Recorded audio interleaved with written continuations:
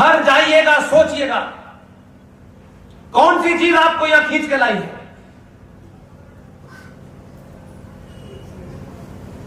क्या invitation card पे लिखा था कि प्रोग्राम खत्म होने के बाद भोजन होगा? आपको मालूम है कि यहां एक गिलास पानी का इंतजाम करने वाली व्यवस्था नहीं है। ये रूबल के कारण आप इतने सारे लोग आए हैं, हम कुछ दे ही नहीं सकते आपको। लेकिन आप उस प्रॉब्लम का हल ढूंढ रहे हैं जिसके कारण आप 90 करोड़ होने के बाद भी इस आजाद भारत के हर शहर से पलायन कर रहे हैं। यह देवभूमि मैं होगा नहीं होगा मैं नहीं जानता, लेकिन रूबल जैसे करोड़ों लोग होंगे। ये 15 साल से ज्यादा देवभूमि रह जाए तो मुझे याद कीजिएगा, ये नहीं रहने वाली। ये तथाकथित दलाल जो सत्ता के हैं, हम 20 साल से हैं, हम 15 साल से हैं, इन्होंने ही इसको जिहादी भूमि बनाया है। इसलिए आपके राज्य में एक कोई दवाई बेचने वाला है जो अलीगढ़ का है, जो दवा बनाता है। सरकार ने जिनके ऊपर कल जिनका FCRA यानी फॉरेन कंट्रीब्यूशन रेगुलेशन एक्ट के तहत, ये सोनिया गांधी ने 2010 में एक कानून बनाया था कि देश के अंदर जो लोग भी सामाजिक कार्य कर रहे हैं उन लोगों को अगर विदेश से चंदा चाहिए तो आपको FCRA लेना होगा, और सरकार को जब देगी तभी आपको विदेश से कोई चंदा देगा। इसके पीछे की मंशा को समझिए। अगर किसी को चंदा देना है, मान लीजिए थोड़ी देर के लिए, तो वो आपके निजी अकाउंट में भेज दे। आप निजी अकाउंट का भी तो आपके यहां इनकम टैक्स भरा जाता है, आपको दिखाना होगा ये पैसा आया, इनकम टैक्स भर दीजिए।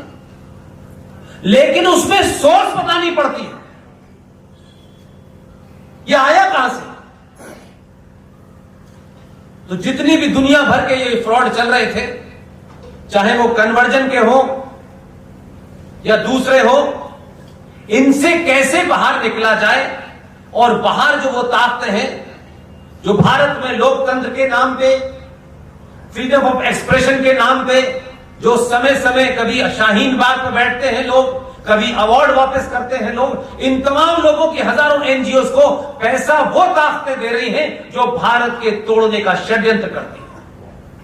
इसलिए 2010 के अंदर डेलिब्रेटली ये बनाया गया ताकि इसमें सोर्स नहीं बताना पड़ेगा आपको। इसलिए कौन आतंकवादी संगठन, चाहे वो ISI का फाई बैठा हो, चाहे लंदन के अंदर बैठने वाला लिट्टे का आदमी हो, किसके माध्यम से दुनिया में हजारों जो ऑर्गेनाइजेशन हैं पैसा भेज रही हैं, उसमें सोर्स नहीं बतानी आपको। तो पता यह चला कि 2010 में FCRA बना करके उन्होंने ये कानून लागू कर दिया, और ये आज करोड़ों करोड़ों जो माफिया घूम रहे हैं, जिसे आप लीगल माफिया कहते हैं, 4 धाम बन रहे हैं, इसके ऊपर भी पिटीशन। राफेल खरीदे गए हैं, इसके ऊपर भी पिटीशन। ये कौन लोग हैं जो भारत के विदेशी लोगों के दलाल हैं, जो भारत की सुरक्षा के लिए जो उपकरण खरीदे जा रहे हैं, उसमें जो सीक्रेट चीजें डील के तहत लगवाई गई हैं, उसको सार्वजनिक करना चाहते हैं। कौन लोग हैं? हर चीज पे जो पिटीशन करते हैं कौन लोग हैं? इसलिए आज जो राजा है सत्ता पे, उसे आपकी सबसे ज्यादा जरूरत है, सबसे ज्यादा जरूरत। वो वोट मांगने आएगा 5 साल के बाद, तब बात तय करिए, मैं उसमें नहीं कुछ बोलना चाहता। लेकिन अगर किसी ने उस समस्या को समझ लिया है और अंतर्राष्ट्रीय मामला को ध्यान में रखते हुए उन बीमारियों का सदैव के लिए इलाज कर रहा है, तो क्या हम 3 घंटे की किसी हकले की लंगड़े की फिल्म देखने जाते हैं?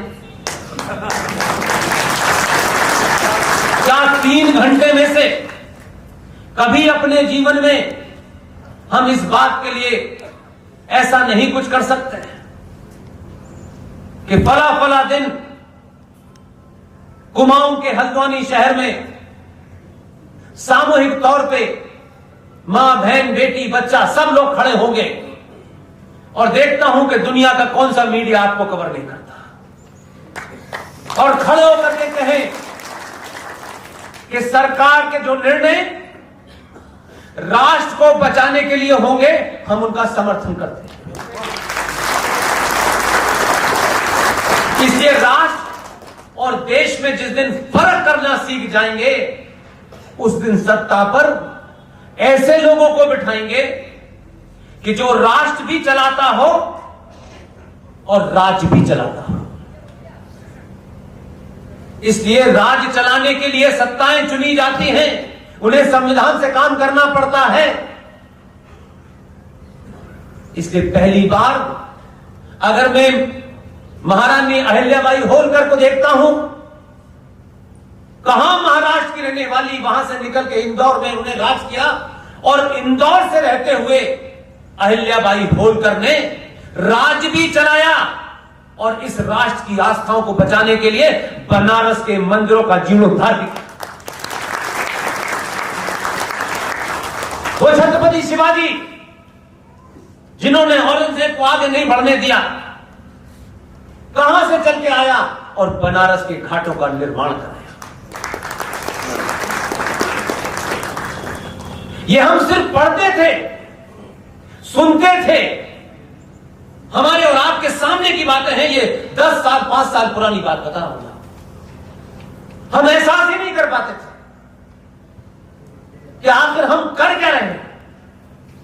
आपके एक बदलाव से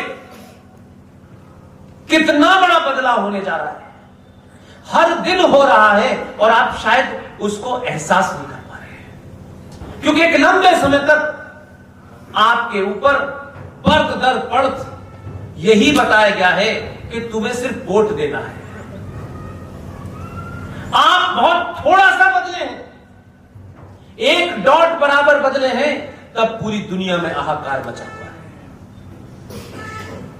आपने जिस राजा को चुना है उसको एहसास करा दिया, जोर जोर से एहसास करा दिया है कि बाकी सबको हमने वोट दिया था, तुमको हम वोट दे रहे हैं और इतनी कमी बेशी नहीं रखेंगे कि तुमको कि ये 370 नहीं हट सकती। इसलिए ये बात मैं आप लोगों के सामने सार्वजनिक तौर पे कहता हूं, ताकि आपके अंदर की वो जो शक्ति है जिसे आपने निष्क्रिय कर दिया है, एक बार उसे जगाइए और अपने बीच में से पॉलिटिकली करेक्ट होने की कोशिश मत कीजिए। आपका पड़ोसी आपको अच्छा समझता है, नहीं समझता है, जिस दिन आप सोचेंगे मेरे कार से राष्ट्र मुझे अच्छा समझता है, वो ज्यादा महत्वपूर्ण है कि पड़ोस में रहने वाला एहसान भाई मुझे अच्छा समझे, वो महत्वपूर्ण है। एहसान भाई राष्ट्र से बड़े नहीं है। एहसान भाई को खुश करने के लिए मैं अपनी चुटिया और तिलक नहीं कटाऊंगा। एहसान भाई को अगर खुश करना है तो मुझे खुश करें, मेरी खुशी महत्वपूर्ण है, अब किसी की खुशी महत्वपूर्ण नहीं है। किसी को जीतना है तो मेरा विश्वास जीते। मैंने 900 साल तक विश्वास जीता और 900 साल तक विश्वासघात किया, अब मैं किसी का दिल नहीं जीतना चाहता। इसलिए आपको ताज्जुब होगा, आप अपनी सामूहिक शक्ति, कम से कम आप पूरे भारत में पहले राज्य हैं जिसने उसका प्रदर्शन किया। मैं साफ कर चुका हूं, मैं 7 साल पहले किसी राजनीतिक दल और किसी संगठन की चापलूसी करने के लिए नौकरी छोड़ के नहीं आया। बिल्कुल साफ है मेरी लाइन।